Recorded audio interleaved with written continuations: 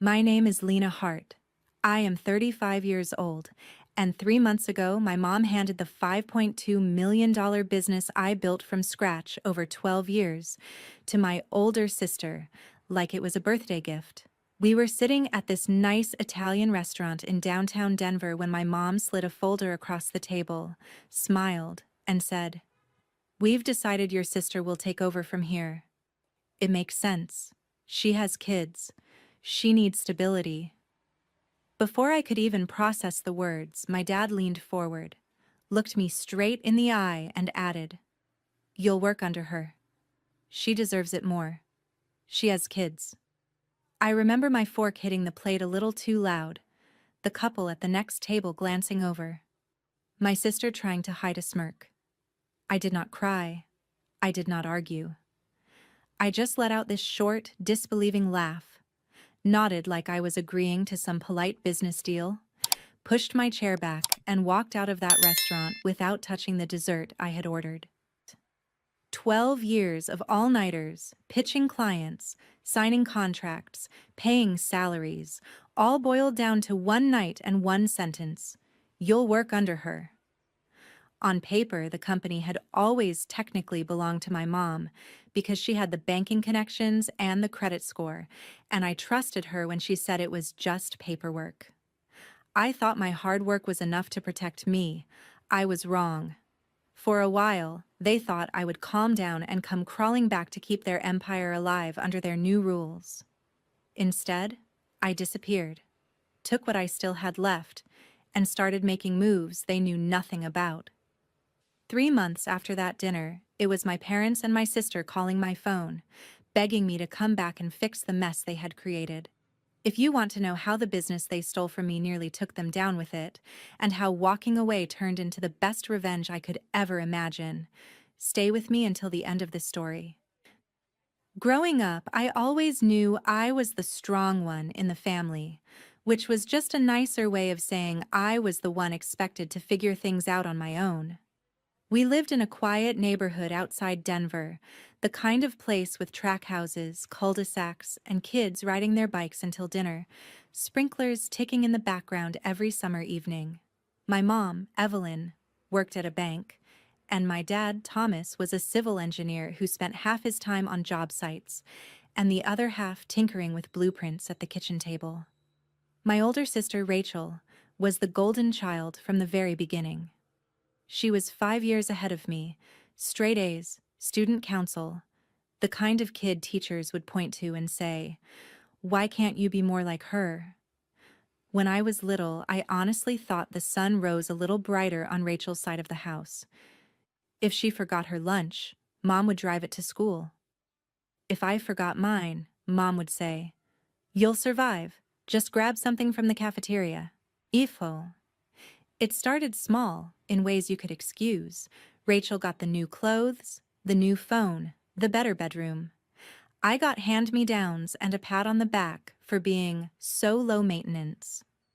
When Rachel got older, moved to Chicago, and started climbing the corporate ladder in HR for a big company, the gap between us turned into a canyon.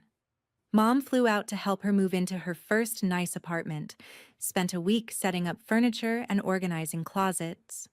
She wired money to help with Rachel's down payment on a condo, called it an investment in her stability.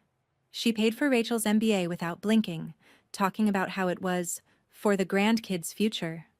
When I brought up college costs for myself, Mom just looked at me over a stack of bills and said, "You're resourceful, you'll figure it out," like it was a compliment and not a dismissal. So I did. I pieced together scholarships, took on part-time jobs, pulled long shifts at a coffee shop and a campus tech lab, doing homework on 15-minute breaks and pretending I wasn't exhausted. Then Rachel had her first pregnancy, and everything that was already tilted just slid further to her side. There were complications, scary ones, hospital stays, tests, late-night phone calls with doctors. I remember one weekend in particular. I was home from college, studying for finals, when Mom got a call that Rachel's blood pressure was spiking, Within an hour, she had thrown clothes into a suitcase, canceled everything on her schedule, and was on the first flight to Chicago. She didn't ask if I needed a ride back to campus, didn't check if I had groceries for the week. She just hugged me quickly at the door and said, "You'll be okay, right? Your sister needs me." After that, the dynamic in our family changed in a way that never shifted back. Rachel wasn't just the golden child anymore. She was the fragile one, the miracle mom who had been through so much.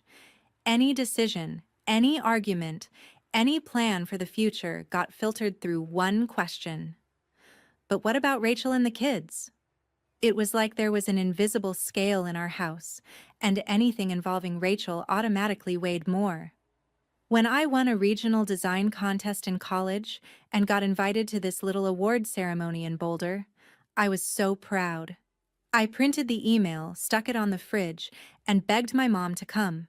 She promised she'd be there, asked what she should wear, said she was proud of me.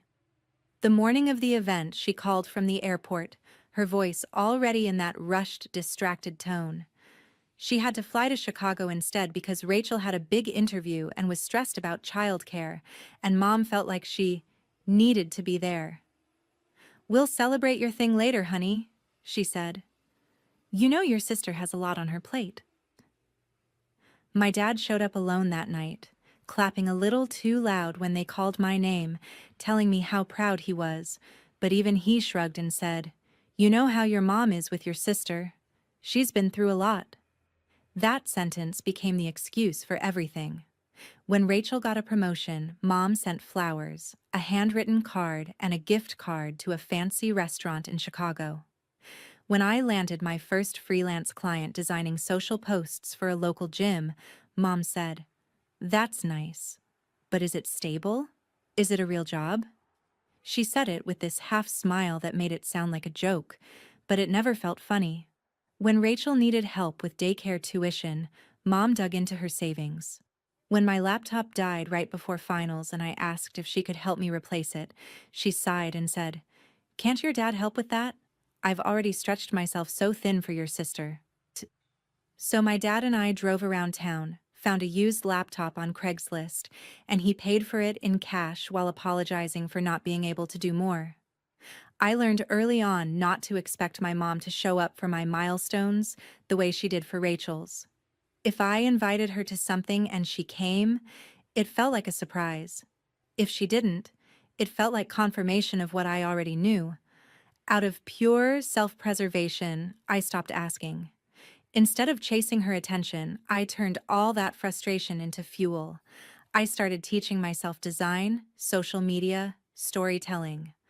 I spent nights on YouTube tutorials and free online courses, building websites on that beat-up laptop while other people were out at parties. I took every odd job that let me practice. Flyers for school clubs, logos for local bands, Instagram posts for a friend's Etsy shop. I loved it. But under that love, there was a dull ache that never really went away. The feeling that no matter how hard I worked, inside my own family, I would always be the one who will be fine, compared to the one who almost didn't make it. Somewhere in there, I made a quiet promise to myself. If no one in my family was going to bet on me the way they bet on Rachel, I would bet on myself and build something so undeniable they couldn't ignore it. If Mom wasn't going to see my work as a real job, I'd build it into something bigger than any job she'd ever had. What I didn't realize back then was that the same mom who never fully believed my work was real would one day use that work as leverage, on paper and in court, to decide who in our family deserved it more. After college, when my friends were sending out resumes to big companies and refreshing their email every 5 minutes, I was sitting in a noisy co-working space in downtown Denver with a secondhand laptop, a thrift store backpack, and a stack of sticky notes, trying to come up with a name for the business I hadn't technically started yet. I wanted something that felt solid, like it could sit on the side of a glass building one day, not just on my Instagram bio or a Canva mockup. I ended up with Heartline Digital, a mix of my last name and this idea that stories are the lifeline of any brand. It sounded bigger than me, which was exactly the point. At first, Heartline was just me doing social media posts and scrappy branding projects for local coffee shops, yoga studios, and a couple of real estate agents who didn't understand Facebook but wanted something viral. I charged way too little, worked way too many hours, and said yes to everything because I was terrified that if I said no once, the work would dry up forever. I met clients in coffee shops, edited videos at my kitchen table at 2 in the morning, and answered emails from my phone while standing in line at the grocery store.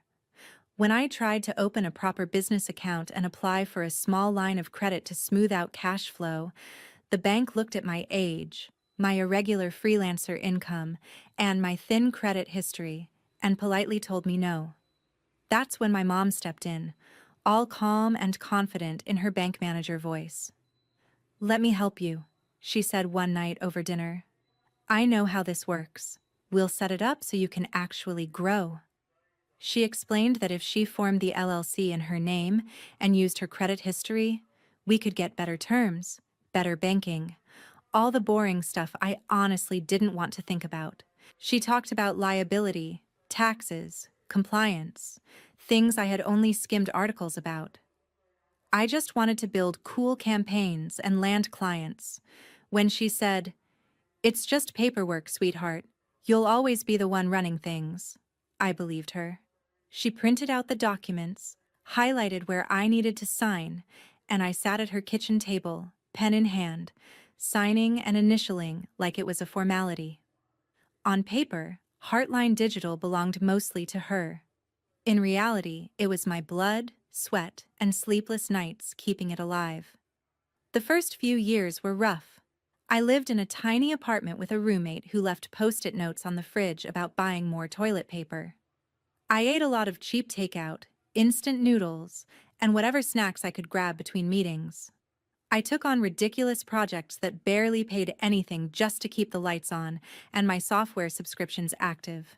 I remember one winter where my heat went out for a week, and I worked in 3 layers of sweaters, blowing on my hands to keep them warm while I edited a video for a client who would later negotiate my invoice down because exposure.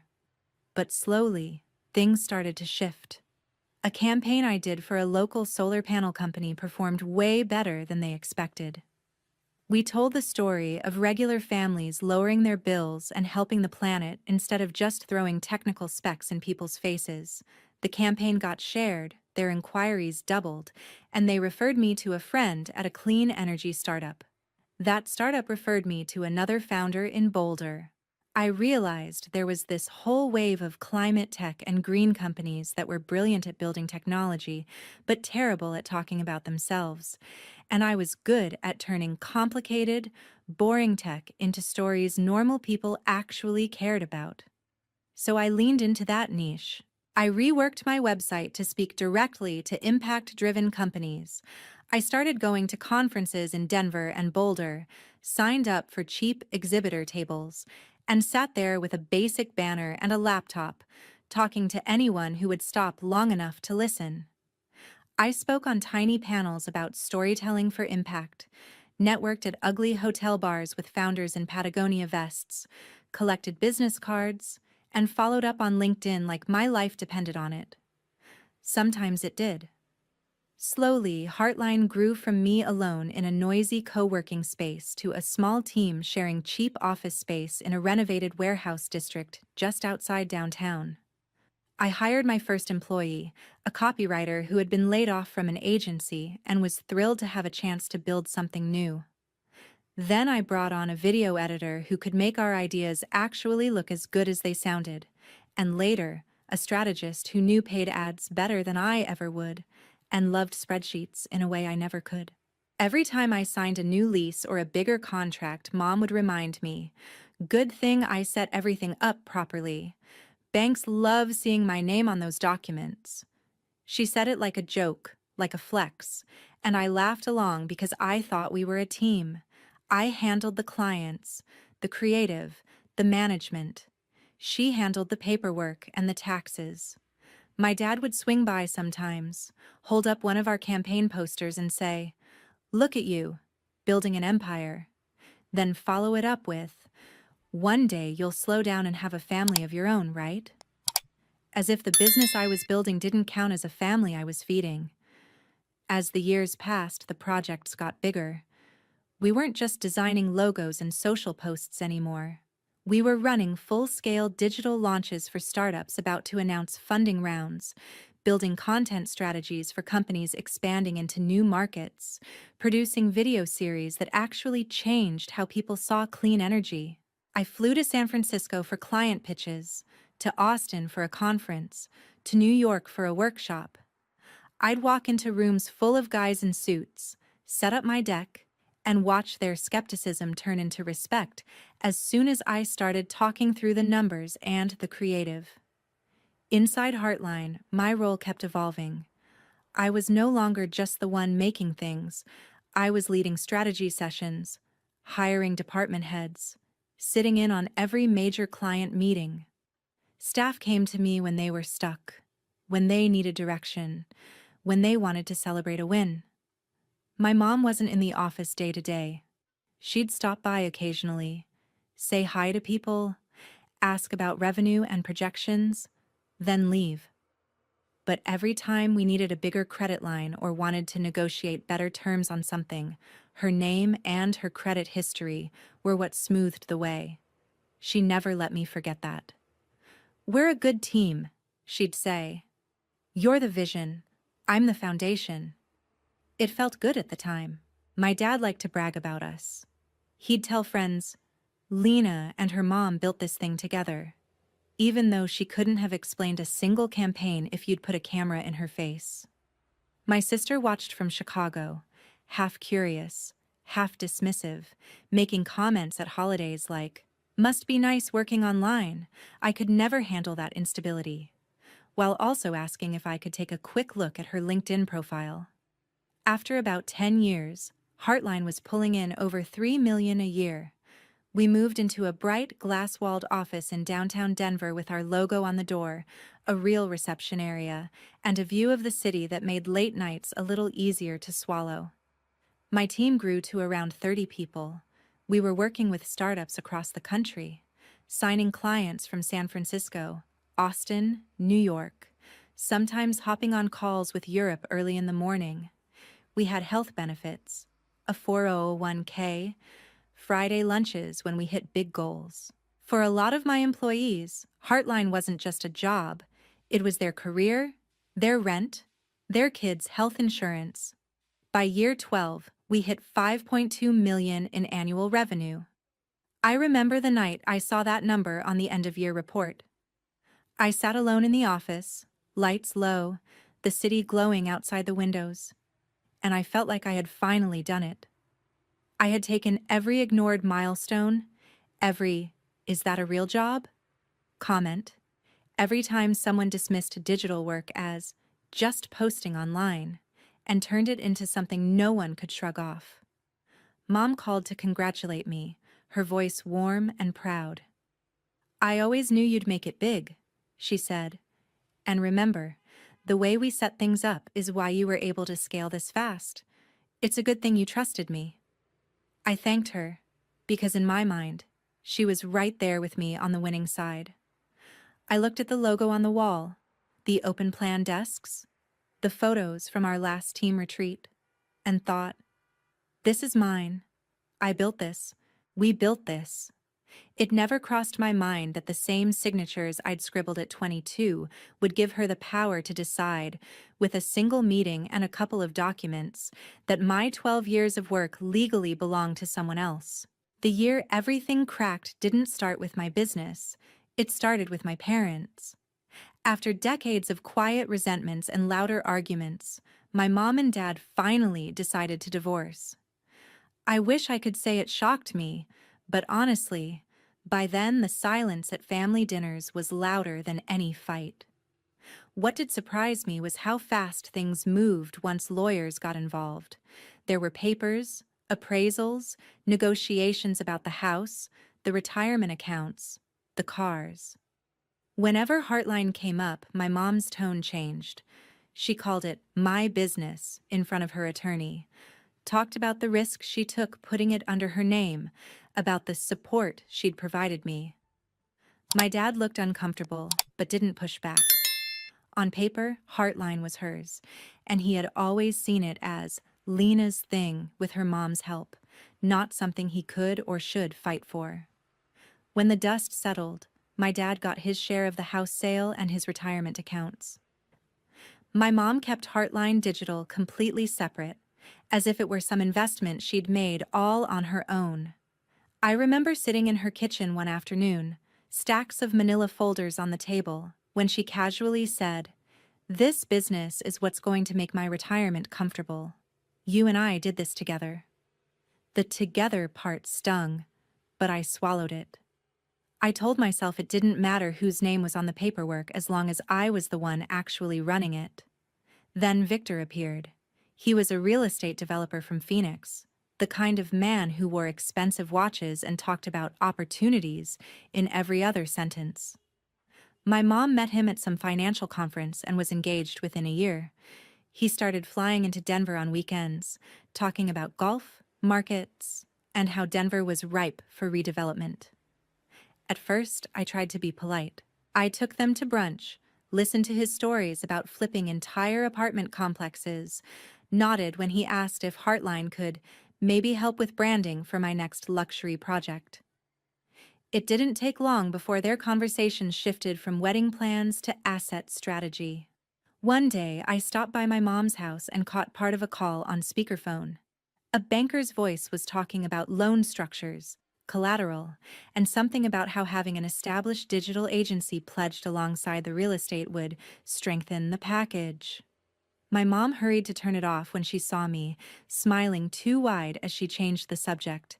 That was the first time a cold little knot formed in my stomach. A few weeks later, Mom and Victor got married in a small ceremony in Phoenix. Rachel flew in with her husband and kids. My dad didn't go. I was there, standing in a dress I'd bought last minute, watching my mother promise forever to a man who already saw my business as a line item in his next deal. When we got back to Denver, Mom suggested a family dinner to talk about the future.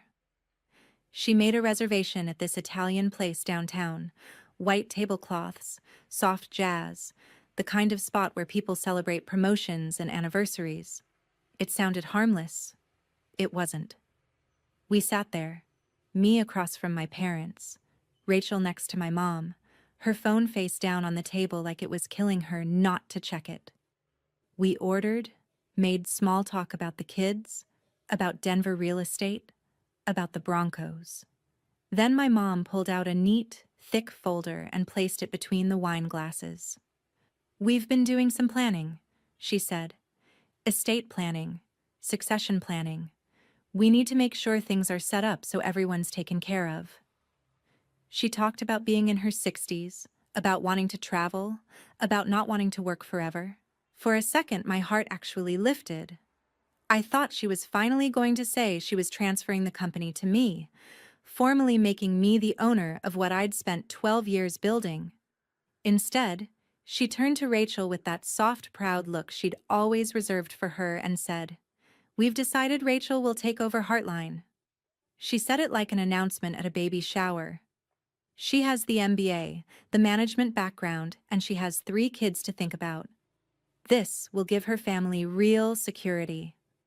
My brain fizzed, static and disbelief. I looked from my mom to the folder to Rachel, who was trying and failing to hide a smile. "What are you talking about?" I asked, my voice too calm for how my chest felt. My mom launched into a rehearsed explanation. She and Victor had been meeting with lawyers and financial planners. They had restructured the company, shifted majority control, voting rights, and key signatory authority from her to Rachel.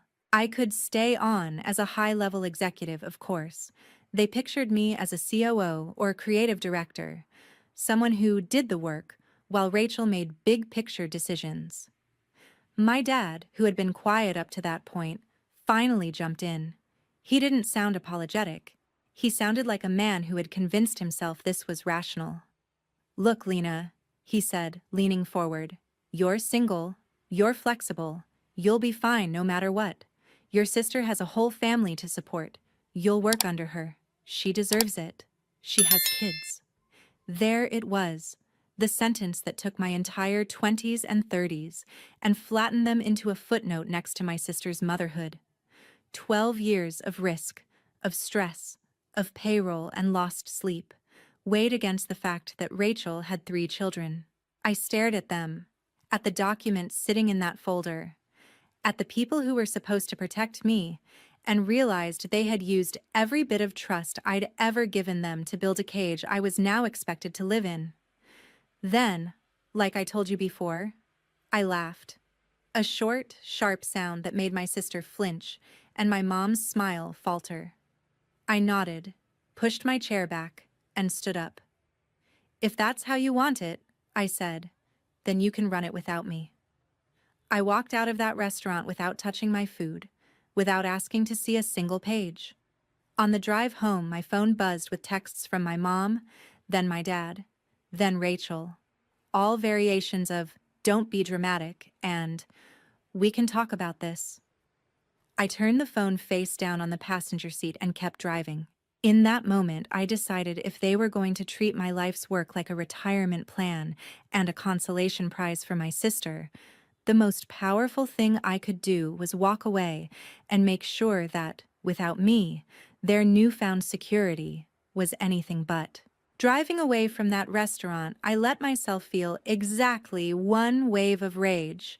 Then I shoved it into a box and started doing math in my head. I knew what was in my personal accounts, what my expenses were, what my runway looked like if I walked away for good.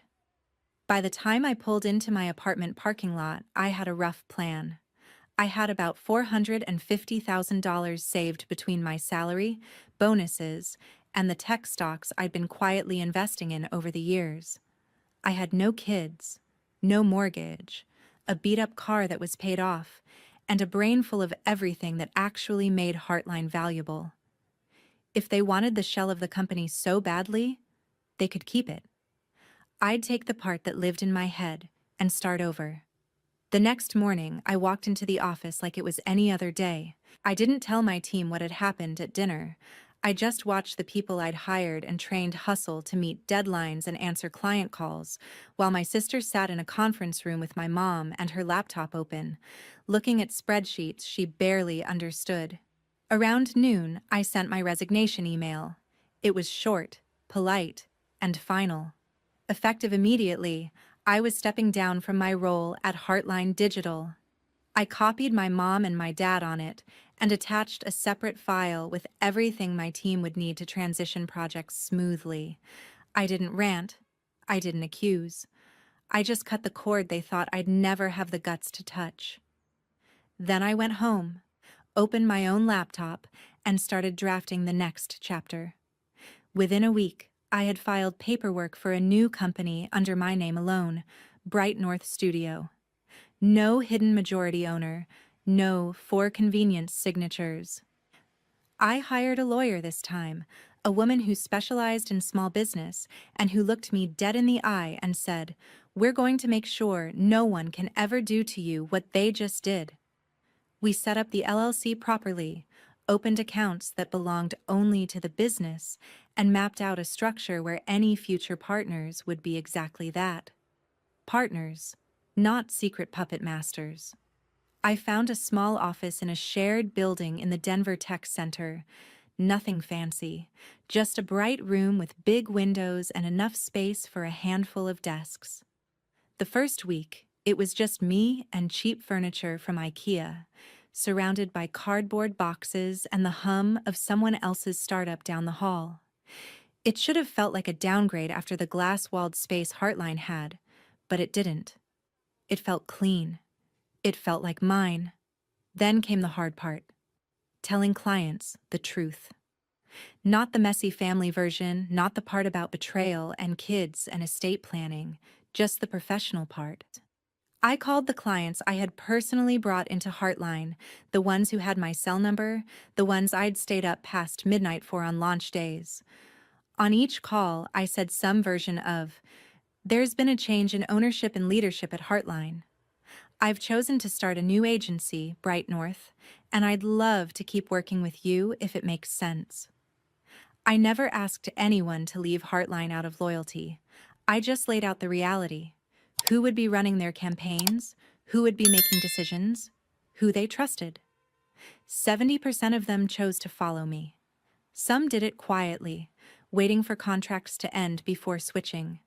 Others moved immediately, telling me flat out, "We didn't sign with your mom.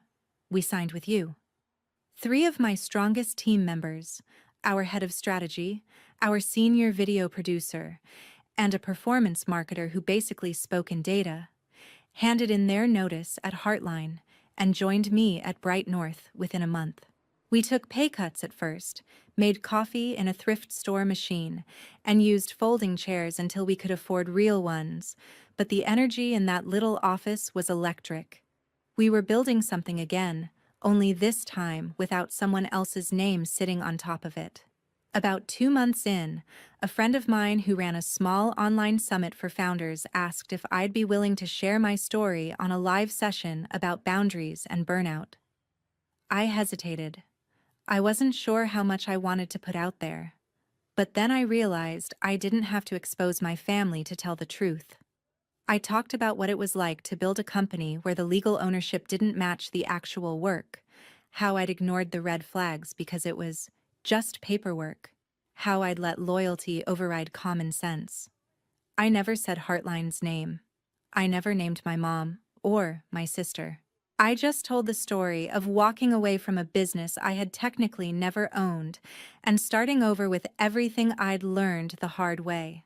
Someone clipped that talk into a 10-minute highlight and posted it on YouTube and LinkedIn with the title, "She Built a 5.2 million business she didn't own." It took off. People in the comments tagged each other, saying things like, "Read your contracts," and "Never put your parents on the paperwork," and "This is my worst nightmare." A few founders reached out to me after watching it, saying they wanted to work with someone who understood both the power and the danger of building something from scratch. Those messages turned into discovery calls. Some of those calls turned into contracts.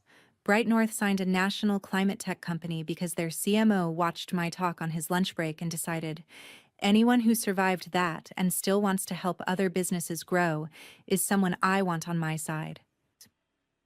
While my parents were telling themselves I'd come crawling back to keep Heartline afloat, I was sitting in a tiny office in Denver, looking at the first real revenue reports for Bright North Studio, realizing that walking away from what they stole was not the end of my story. It was the beginning of the kind of revenge that doesn't require shouting or drama, just success they could no longer claim as theirs. While Bright North was taking shape in that little office, Heartline was quietly starting to fall apart. At first, I only heard bits and pieces through former coworkers and industry gossip. A client would mention in passing that they'd gotten a strange email from Rachel about changing scopes and timelines. A designer who stayed behind would text me saying they'd been pulled into meetings where no one seemed to know what the actual strategy was. On paper, Rachel had the title. In reality, she had no idea how any of it worked.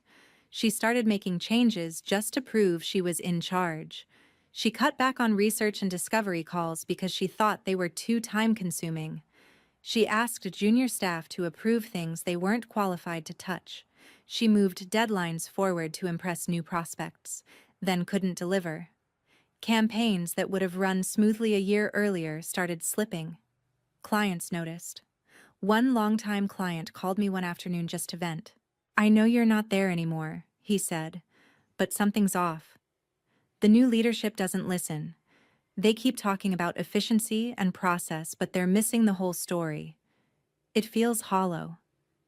I listened, said I was sorry he was dealing with that, and gently reminded him he had my number if he ever needed help. A few weeks later, he moved his account to Bright North. He wasn't the only one. At the same time, the thing I'd overheard months earlier about collateral and loans came back around. The real estate deal Victor had set up in Phoenix was more aggressive than my mom let on. He had leveraged everything he could: his properties, some of her retirement, and yes, Heartline Digital. When revenue dipped and clients started leaving, the numbers no longer looked so pretty on a bank's spreadsheet. 3 months after that dinner at the Italian restaurant, my phone lit up with my mom's name in the middle of a workday. I stared at it for a second, then answered. Her voice sounded tight, the way it did when she was trying not to panic. "Lena, we need to talk," she said. "Can you meet us?" "Who's us?" I asked, even though I already knew. "Your father, Rachel, me," she said. "Please, it's important." We met at this small cafe near the Denver Tech Center, the kind of place where people hide behind laptops and cappuccinos. I walked in, wearing jeans and a bright North hoodie, hair pulled back, my laptop bag slung over my shoulder. They were already there, sitting at a corner table. My mom looked tired in a way I hadn't seen before. My dad kept adjusting his glasses. Rachel's confidence had slipped. She looked like someone who hadn't slept well in weeks. For a second, seeing them like that almost cracked something in me. Then Rachel opened her mouth. "You've put us in a really difficult position," she said, like I was a misbehaving employee. "Clients are leaving to go with you. Staff are following you. It's not fair." I held her stare and said, "They're adults. They chose where to go. I didn't force anybody." My mom jumped in, trying to smooth it over. "Regardless of how we got here," she said, "the reality is Heartline is struggling. The bank is breathing down our necks. We need you back, Lena. You know the clients. The team respects you. If you come back as COO, under Rachel, we can fix this. For the family." My dad nodded, leaning forward with that same logic he used at the restaurant. "Sometimes you have to put aside your pride for the greater good. Your sister has a family to support. You're still young. You'll work under her, but you'll still be important." I let them talk.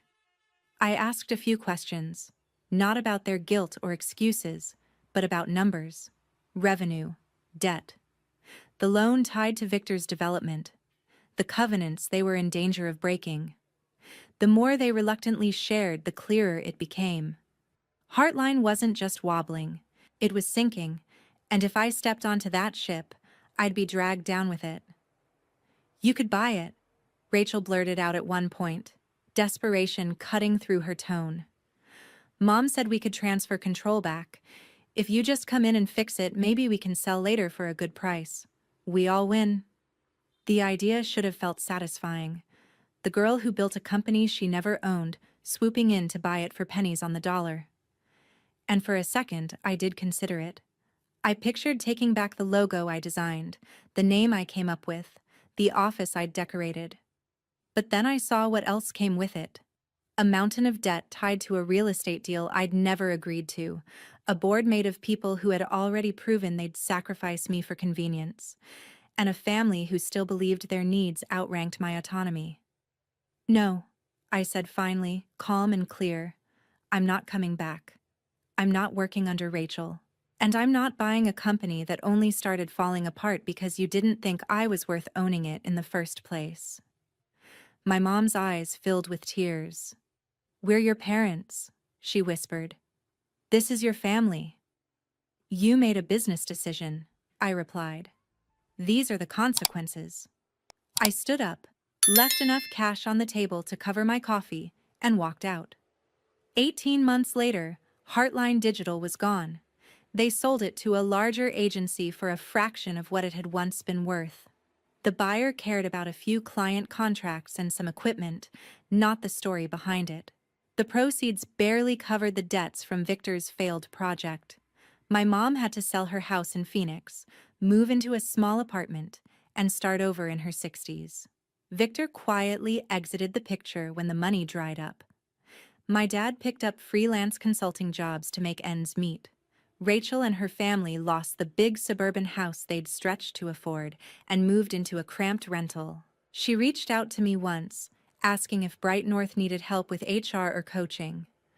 I told her, politely but firmly, that we were fully staffed. The truth was, my team deserved better than bringing my family's dysfunction into the office. They made their choices. I made mine. And the gap between us, once just emotional, had finally become financial and professional too.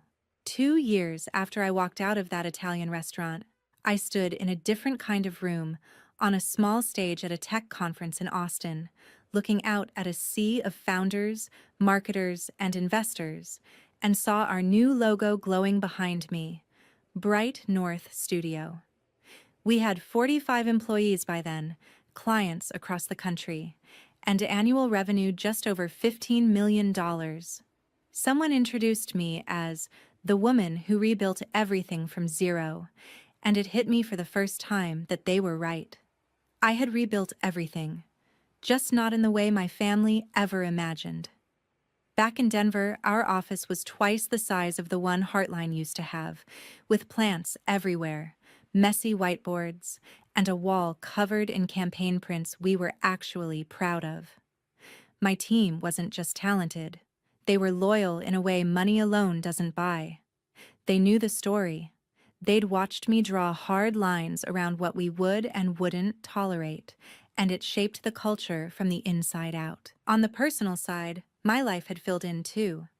I was dating Eli, a software engineer I met at a climate tech event. He knew the whole messy family saga and never once suggested I just forgive and forget. He respected my boundaries, my time, my work. We were planning a trip to Europe, talking about future possibilities without tying my worth to any of them. I wasn't rushing to get married just to prove something to anyone. One afternoon, I ran into my mom at a grocery store back in Denver. She looked smaller somehow, like the weight of all those choices had finally settled onto her shoulders. We made small talk near the produce section, the way strangers do. She apologized, quietly, in half sentences and looks more than words. For a moment, I felt that old urge to fix things, to make her feel better, to carry the guilt for everyone. Instead, I took a breath and let the moment be what it was, a reminder, not a reopening. A few weeks later, I dropped off an old laptop at her apartment, the same kind of model she'd bought me when I first started freelancing, the one I'd built my early portfolio on. I'd wiped it clean, left a note that simply said, "Thank you for the beginning. I'll handle the rest from here." It wasn't revenge. It was closure. What my parents and my sister went through wasn't some magical karma. It was the natural result of treating people like tools instead of partners, of using family as a shield for selfish decisions. My success wasn't payback. It was proof that walking away from people who refuse to see your worth is sometimes the only way to survive. The real lesson in all of this is simple and brutal at the same time. You can love your family and still say no. You can be grateful for what they gave you and still refuse to let them own your future. You can lose what you thought was everything and still come out with more than you started, because you finally understand that you are the real asset, not the company, not the name on the paper. So if you've ever felt pressured to shrink yourself for the sake of keeping the peace, if you've been told to accept less because someone else's needs are supposed to matter more, ask yourself this: what would happen if, just once, you chose yourself and walked toward the life you actually want instead?